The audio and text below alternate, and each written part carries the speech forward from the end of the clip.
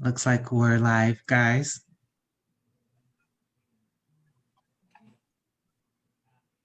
Should we start? Yep, we're good.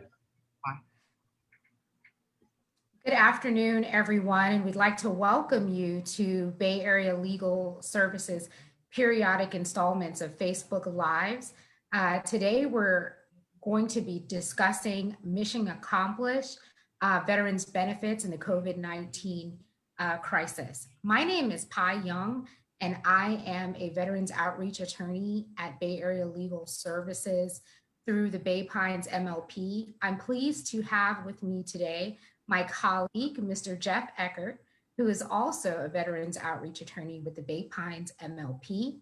We are also joined by Mr. Paul Leak, who is our moderator, facilitator, and the person who will be fielding questions if there are any. We are glad that you tuned in today. We do have a tremendous amount of information that we are going to be working through. It is okay if you don't retain all of the information. When in doubt, just call and we'll provide you with all of that contact information. So what is the Bay Pines MLP, or what is an MLP? An MLP is an acronym for a medical legal partnership. And what the goal of the medical legal partnership is on a national scale is to combine legal access to clients at medical facilities or patients at medical facilities that may not always have access to legal assistance, and provide them with the means to solve issues and deal with holistic care. For example, if they're having anxiety about housing issues and it's causing them to go to the doctor frequently, if having legal assistance can help remedy that problem, then that can also help remedy potentially that anxiety and that stress and those frequent trips to the doctor.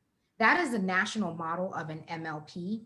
And that is a lot of what we do at the Bay Pines MLP as far as meeting with the veteran population and providing legal counsel and advice and sometimes extended services.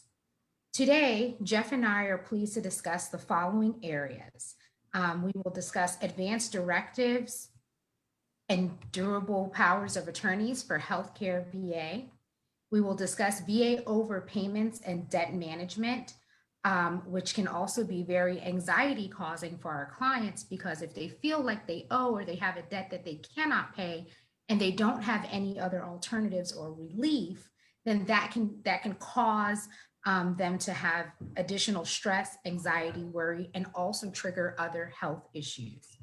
And last but not least, we will be discussing VA survivor benefits, disability and indemnity compensation, and VA survivor pension. So let's talk about the unique needs that seniors have. And we are very pleased to be able to bring this presentation to you today with grants that were provided to us by the Pinellas Community Foundation, specifically the Pinellas Senior Services Grant. Not only is our senior population have unique needs, our veteran senior population has needs that are different from the general population. A study found that veterans who receive legal services at MLPs show significant mental health improvement, as well as improvements in their housing and income. Veterans are older than the general population, with an average or median age of 64 years old. And the percentage of veterans who have at least one disability is double than that of non-veterans. So we recognize that our veteran population and our senior population is very, very, very unique. Okay, so today our first topic is going to be about advance directives and durable powers of attorney for healthcare. Oftentimes when we hear these words, they're thrown together, they're mixed together, and it can be very confusing for the client. Generally speaking, under Chapter 765 of the Florida statutes, advance directives provide the means for self-determination pertaining to your health, including the right to choose or refuse medical treatment. And so advance directives, it's important to kind of highlight one unique thing about an advance directives. It's really drafted with an eye towards end of life healthcare decisions. And shortly, we're going to talk about a medical power of attorney and how that differs from an advance directive. It is important to note that it must be witnessed by two adults, and at least one of them cannot be the spouse or blood relative. And it must be in writing, and it must be signed by the principal or the person who was making it. You'll hear us use this term principal over and over again, and it just means the person who is making out the document, the client or the patient. For VA healthcare purposes, it does not need to be notarized. We always encourage people to have documents such as these notarized if possible, but it does not need to be notarized in order to be enforceable in the VA healthcare system. It is used specifically for end of life decisions, as I mentioned earlier, and anatomical gifts, plainly put, organ donation. So let's differentiate advance directives from a medical power of attorney. Medical powers of attorney can be used for any type of medical treatment or care at any point in time. If you're going in for a day surgery or a procedure, and you need to designate someone to make healthcare decisions on your behalf if you're incapacitated, even temporarily. That is oftentimes where a medical power of attorney will give somebody else the authority to make medical decisions on your behalf. You can designate one person in a medical power of attorney, and you can designate an alternate. So let's say, for example, you designate a family member who is unable to be with you for treatment on that day. You can then designate an alternate person who can be a stand-in and help make medical decisions for you if your primary choice is not available. An advance directive is the best way to ensure that your future medical and mental health care reflects your wishes if you are not able to make decisions for yourself. It is up to you to decide if you want an advance directive. We strongly encourage people to put your wishes in writing. Why? Because it puts yourself at ease, it puts your loved ones at ease, and removes that pressure from your loved ones to make decisions on your behalf if you are unable to do so. Finally, the VA Advance Directive, because there is a form through the VA that you can obtain and utilize, includes sections that allow you to identify the person who would make decisions for you, your healthcare agent, and to specify your treatment preferences, what you want and what you do not want. Do you want to be an organ donor? Do you want to have a blood transfusion? You can designate those things specifically in advance so that your loved one is not faced with making those decisions in a time of crisis. The VA generally honors all kinds of advance directives, even those from out of state. They do recognize that some of our veterans are mobile. They have moved for healthcare purposes. Maybe they're living with family members. And so they do recognize advance directives from other locations. If you do not choose to use an advance directive or a healthcare agent, then your VA healthcare provider, your primary care physician will choose a spokesperson to make those decisions for you. And there is a hierarchy, there's an order in which those choices are made. Either a legal guardian, a spouse, adult child, parent, sibling, grandparent, and so on from there. If there is no one available to appoint as a healthcare agent, then the healthcare provider will find someone from the staff to make, or the court to make these decisions for you. So you've gotten to the point where you've decided to create an advance directive or a medical power of attorney. And so you've done it, you've put it in writing, you've had it witnessed by two people, and all of your wishes are in writing. What do you do now? It is important to place the original in a safe and easy to access location. Also, let your designate know where the original is located. You can also give a copy to your primary care physician, your doctor's office, and you can give a copy to your healthcare agent. That way, if something should happen to you unexpectedly, those documents are located and easily accessible. And so it removes the guesswork for your treatment facility, your healthcare providers to have to decide what are your wishes in a time of crisis. Um, there is a form from the VA. It's the VA Advance Directive form, and durable power of attorney for healthcare and living will. You can't remember all of that.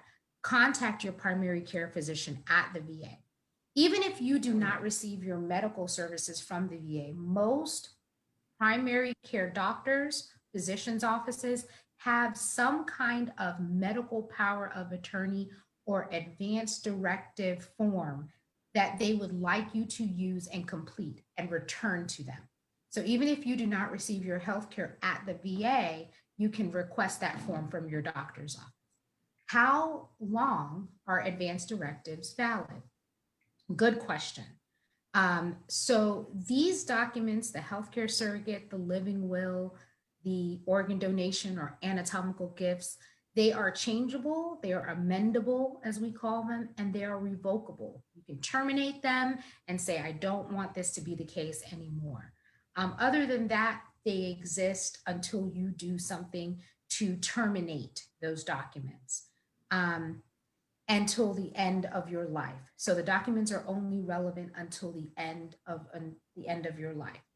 The principal should notify family, friends, and doctors of any changes in their wishes or cancellations. Even if you cannot get to a point where you put them in writing, make sure you notify as many people. Nope, nope, nope, I want to be an organ donor. I know I put otherwise, but I definitely want to do that. Any changes or cancellations.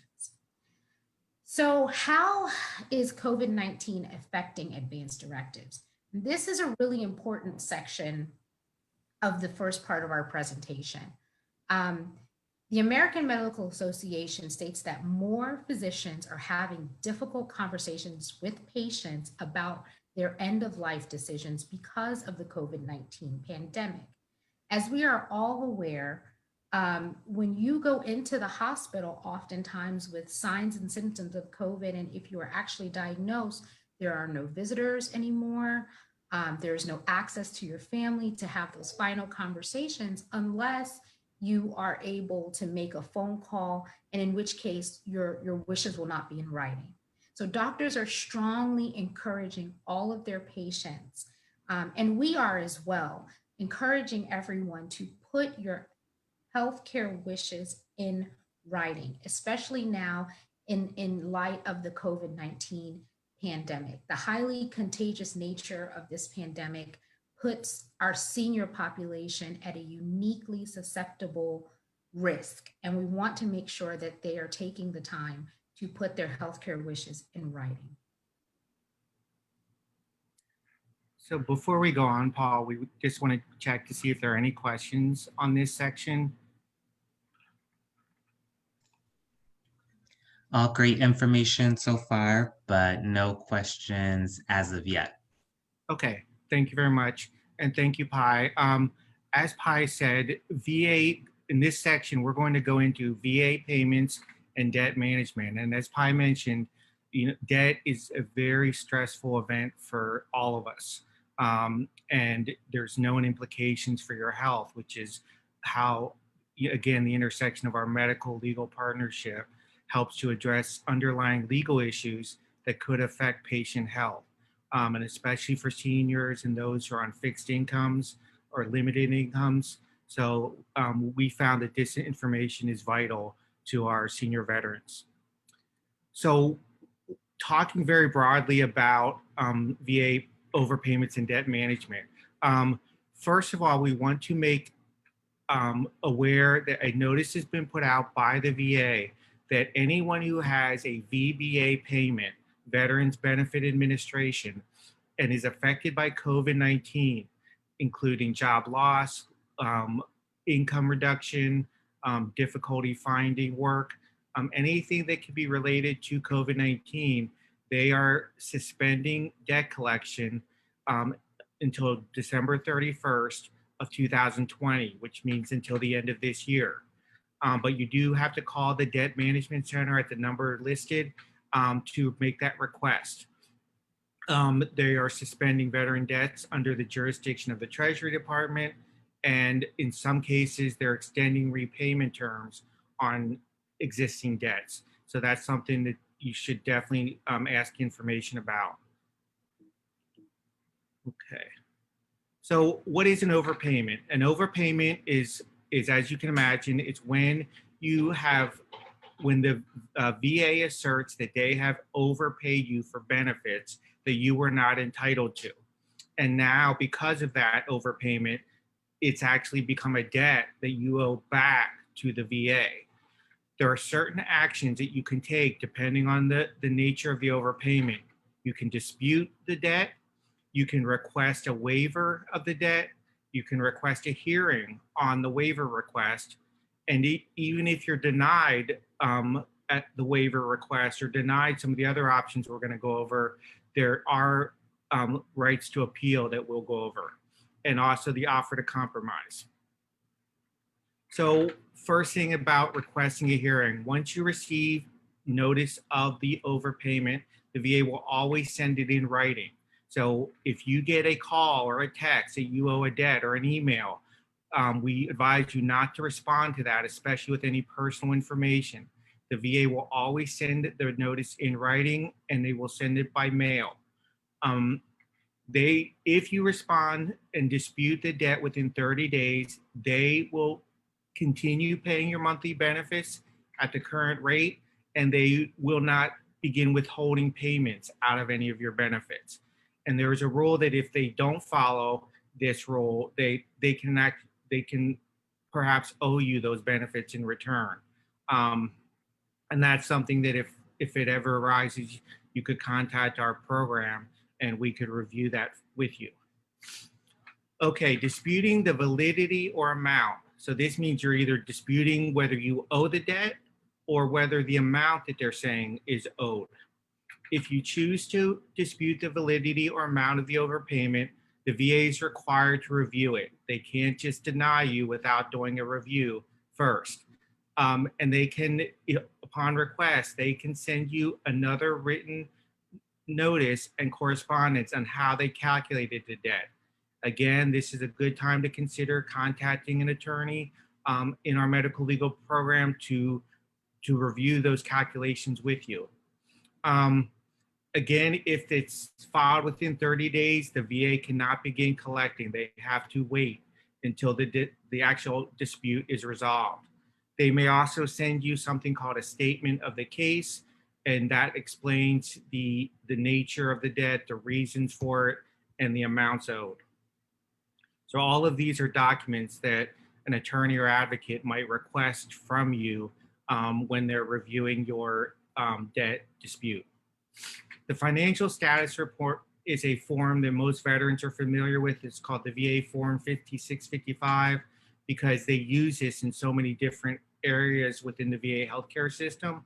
But as far as for debt management purposes, it's a form that's very extensive. You basically have to fully disclose your financial circumstances, including members of your household, income, and expenses, assets and liabilities, because they use that information to determine certain things, including that if you are asking for relief from the debt, what is your financial circumstances as they consider that. Now, keep in mind when you ask for relief from the debt, it's generally considered that you're conceding that you owe the debt, but you're saying either you're basically saying that it's that you just can't pay the full amount, or you can't pay it on the terms that they're asking you to pay it due to financial hardship or other circumstances. So the three main options that you have are compromise offer, waiver request, or monthly payment plan. So we're going to go over each of those step by step. What is a compromise offer? A compromise means a VA can accept a lesser amount of money and consider it as full payment or settlement towards your debt.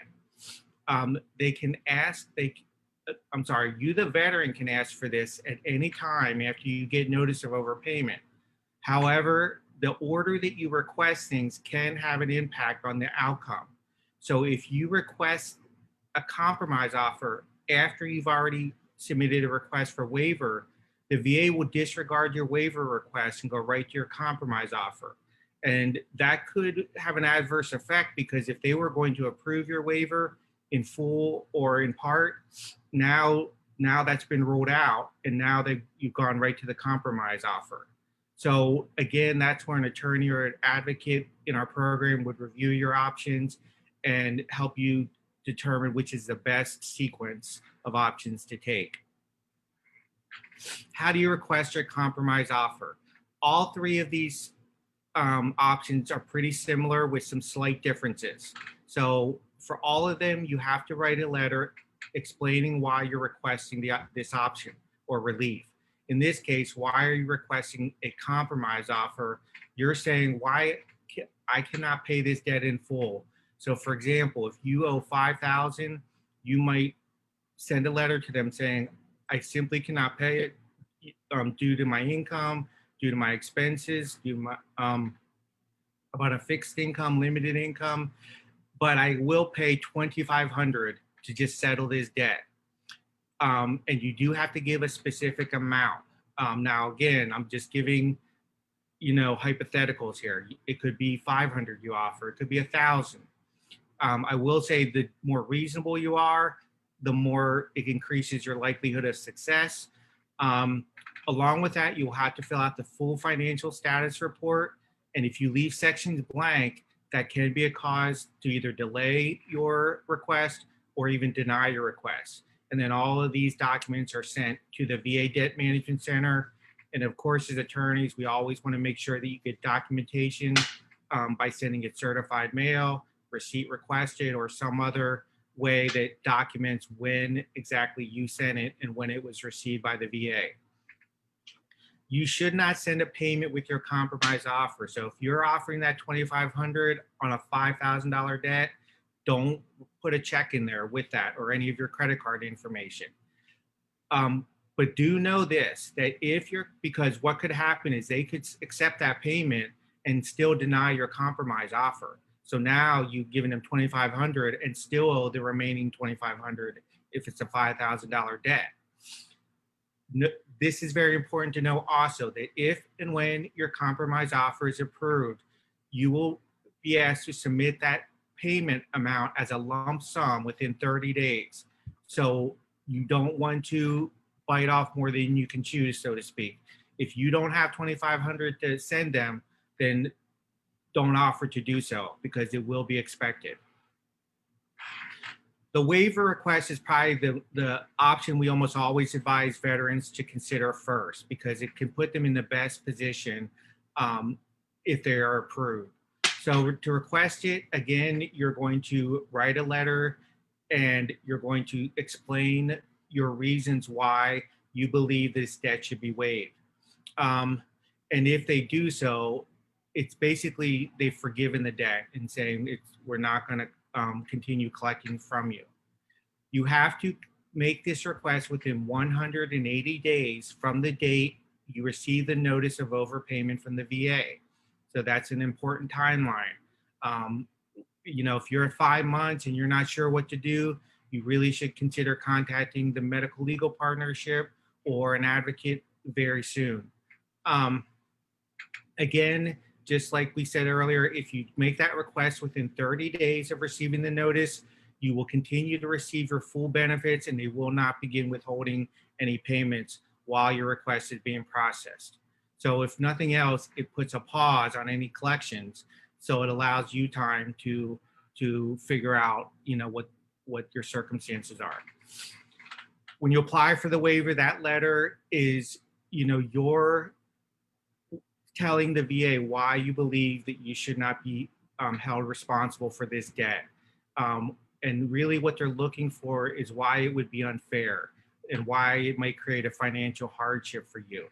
If you are living in subsidized housing such as HUD-VASH or Section 8 housing, you're most likely on a very, very limited income. if you've just lost your job or had any adverse effects of COVID-19. If you have other debts such as child support or other non-dischargeable debts, those things you want to prioritize. So they will consider that. You do, again, complete the full financial status form. You send all of that to the VA Debt Management Center, and you make sure that you've documented that it's been sent and received by the VA. And again, that's something an attorney can assist you with. Are there time limitations associated with the waiver? As we said, it has to be within 30 days of the date you are notified of the debt. And this applies to education debts, pension, disability compensation. If it's a loan guarantee program debt, such as a VA home loan or other type of VA loan guarantee program, then it's 1 year from the date you sign the certified mail receipt. So just keep that in mind. That's an exception to the timeline. But generally, it's 180 days for most VA debts. Once you send in this waiver request, you will be notified in writing when a decision is made by the Veteran Benefit Administration. So it's basically 3 outcomes. They're either going to deny it, and if they do, they will put in their correspondence your appeal rights. That will have the time you have to make an appeal. So again, if you are not being assisted by an attorney or a accredited VA representative, now's the time you want to contact them to make sure you preserve any appeal rights you may have. They may grant a waiver in full, in which case the debt is released, is discharged, and no further collection action is taken. Or they may grant it partial, and they may say if that was a $5,000 debt, they may on their own reduce it to $2,500 and now say you owe the $2,500. So keep in mind earlier what we said about the compromise offer. Now, if they've waived half of it, you can still do a compromise offer and perhaps get it down to half of the $2,500 or less. So that's why the sequence that you make these requests can be so important. Okay, monthly payment plan is pretty self-explanatory. You have to have legitimate reasons you can't pay the debt in full. And the VA, I will say, from my experience, is pretty good with working with veterans. We've heard of them agreeing to as little as $50 a month on a payment plan. They will take into consideration your expenses and your income and things like that. And they will work with you. But then again, once you set up that payment plan, you are responsible for following through with it. We hope this section was helpful. Before we go on to our next section, which is VA survivor benefits, just want to check in with our friend Paul to see if there are any questions. Good information, Jeff. I think more of a comment than a question. Someone just typed, we couldn't even get out forms from the VA archives for home loans. It was closed, but I think that was just more of a comment than a question. Okay, what I would say to that is 2 things. Is one, they could either contact our program and our veteran legal helpline at 727-398-9592. Correct me if that's wrong. Or if you're out of our service area, they can contact the statewide legal helpline. I would say their other best option is to contact their regional office, which here is at Bay Pines. There's a VA regional office, and they should be able to get someone to assist them with tracking down the records that they need to acquire. Okay, I hope that helps. Our third and last section is VA survivor benefits, and I'm going to start off, and we're going to first of all just broadly explain that in the VA system for veterans, family members in certain circumstances may be allowed to receive VA benefits through the veteran. Okay, the most common ones, there are many benefits that were too numerous to list and to go over at this time, but the main ones we're going to talk about are the dependent indemnity compensation and the pension. But in the VA system, the spouse or dependent child of a veteran or service member in some cases may qualify for certain benefits, healthcare, life insurance, education and training. So these are very valuable benefits. They may also include burial costs, survivor compensation, VA home loans, other things that again are not listed here. Also a caretaker for a veteran, which could be a family member, it could be a close friend, and can verify and show documentation, may in some cases be eligible to get certain types of support to help care for that veteran. Okay. So, I'm sorry. So the dependency and indemnity compensation is one of the most common types of survivor benefits. This can be for eligible surviving spouses, child or children, or parents of a service member who either died in line of duty, is a survivor of a veteran who died from a service-related injury or illness. And these benefits, like most VA benefits, are tax-free. Again, it's VA dependency and indemnity compensation. So for a surviving spouse, we're just going to very briefly go over the criteria, because as you hear or see this, it might just trigger thoughts, and you might even not realize that you could have qualified for some of these benefits. So you have to be married before January 1st, 1957, or married within 15 years of their discharge from the period of military service, and during which your qualifying illness or injury started or got worse. Married to the veteran or service member for at least 1 year, or had a child with the veteran or service member, aren't currently remarried, and either lived with the veteran or service member without a break until their death, or separated, weren't at fault for the separation. So you can see this is pretty comprehensive. Again, contact our program and we can help to see if you fit into any of those criteria. And the good thing is you only have to meet one of these criteria. You don't have to meet all of them. Now, for surviving child, the primary eligibility is you do have to meet all three of these. That you're not married, you're not including the surviving spouse's compensation, and you are under the age of 18 or under the age of 23 if attending school. So that's, again, another valuable benefit for children, especially if they're continuing on to college or in school beyond high school. For the surviving parent, it's the eligibility narrows somewhat, but if you're the biological, adoptive, or foster parent of the veteran or service member, and your income is below a certain amount. So this benefit is means tested, like certain other VA benefits are. It's called a DIC rate table for parents that the VA uses. They're just going to plug in your income. They're going to see if you're above or below the threshold.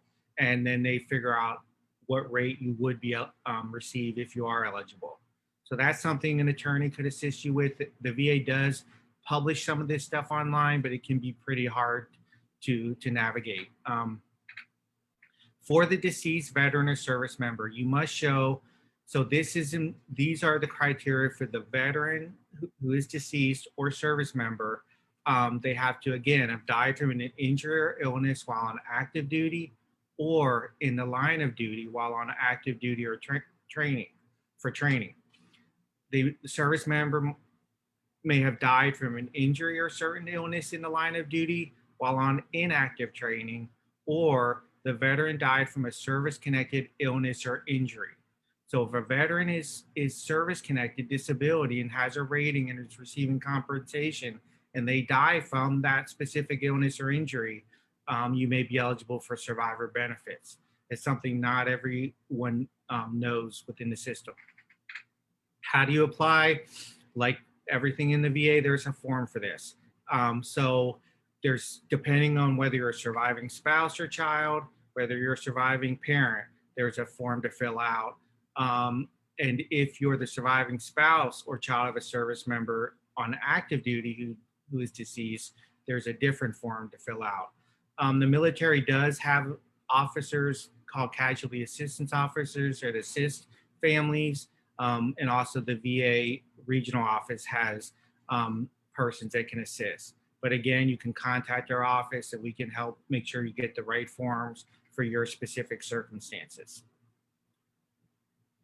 Okay, at this time, I'm going to turn it over to Attorney Pai to discuss survivor's pension. Thank you, Jeff. VA survivor pension offers monthly payments to qualified surviving spouses and unmarried dependent children of wartime veterans who meet certain income and net worth limits that were set by Congress.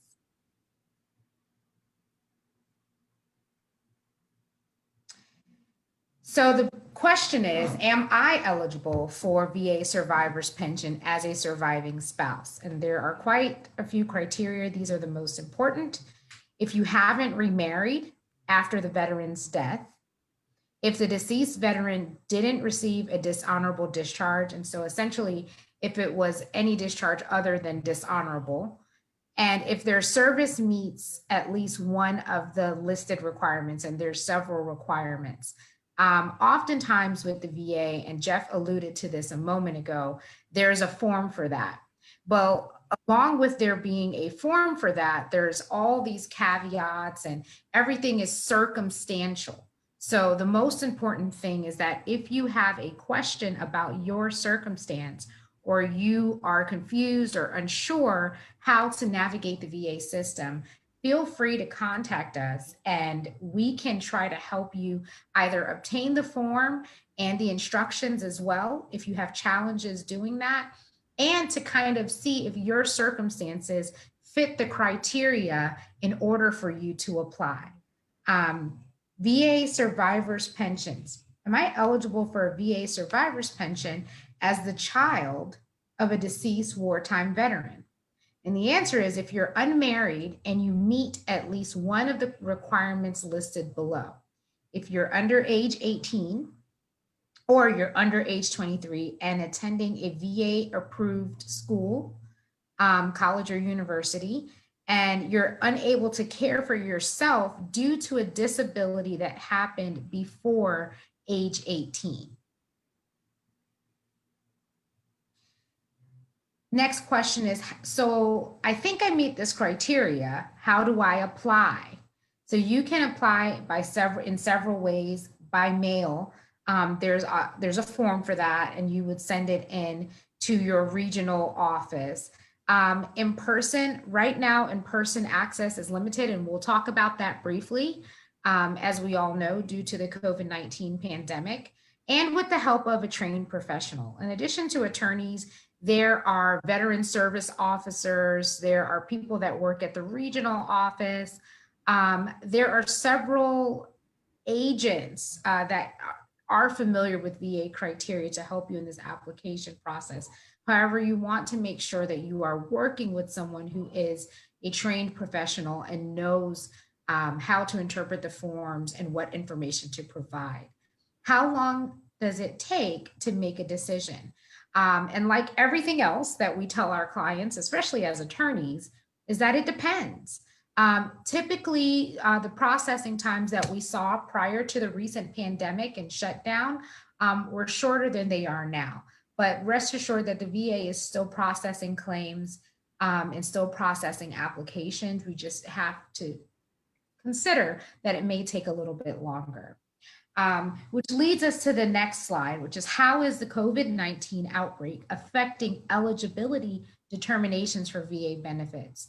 So while the VA regional offices are closed to the public and for in-person appointments, the staff are still available by phone and through online customer service. They are using virtual services. They are very creative. Our partners at the VA are doing virtual appointments in some cases, telephone and emails. And so there is a way to contact staff members at the VA to have your questions answered and to check on the status of your claim. And so we know that we've provided you with a tremendous amount of information today. We do hope that at least something that we've said today has been beneficial or caused you to think or question whether or not you or someone you know or a loved one could be eligible for one of these benefits or needs to complete one of these documents. And so we have provided our contact information And I'll say it out loud for everyone who might be writing this down. MLP lines, our MLP again is our medical legal partnership in conjunction with the Bay Pines VA. And the number is 327-398-9592. And you call, you leave a voicemail, one of our administrative assistants will call you back, screen you for eligibility, and then you will be paired with an attorney so that we can review and discuss your legal matter. You can always contact our organization, Bay Area Legal Services, at www.bals.org. And if you live outside of our 5-county service area, I'm not sure if we identified what our 5-county service area is. That is Pinellas, Pasco, Manatee, Sarasota, and Hillsborough. You live anywhere in the state, we are also pleased to have a statewide veteran legal helpline. That number is 1-866-486-6161. Again, that's 1-866-486-6161. And there you would call in and you would be scheduled to speak with an attorney on that line as well, if you are outside of our immediate service area. So here at Bay Area, we are working very, very, very diligently to create pathways to justice for all aspects of our community, especially our seniors, especially our veterans. And so if you are in doubt, if you have a question, if you have a concern, please feel free to reach out to us and we will be sure to get you the answers that you need. At this time, I'd like to thank my colleague, Jeff Eckert, for all of his hard work on this presentation and for such a wonderful presentation, as well as Mr. Paul Leek, who is our data marketing coordinator person who gets us ready and prepared for these presentations. And I'd like to thank each of you for joining us today. Paul, are there any questions? No further questions for you two. Okay.